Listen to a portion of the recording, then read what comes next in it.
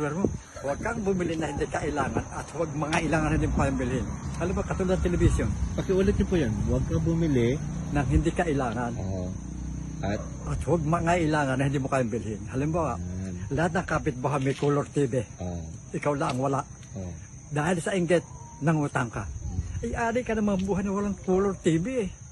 Ari ka mabuhay na walang color TV. Pag umiral sa iyo yung inggit, nako, masama sa tayong gitiro. Ako, sa buhay kong ari, kaya alam mo, hindi ako natutong mainggit sa kapwa ko. Pag umasinso ang kaibigan ko, yumaman, ako nakikipagkaibigan, naabuyan pa ako, napapainom pa ako ng libre. Mayaman yun eh. Pero pag kinuntra mo mayaman, wala, hindi ka bibigyan nun.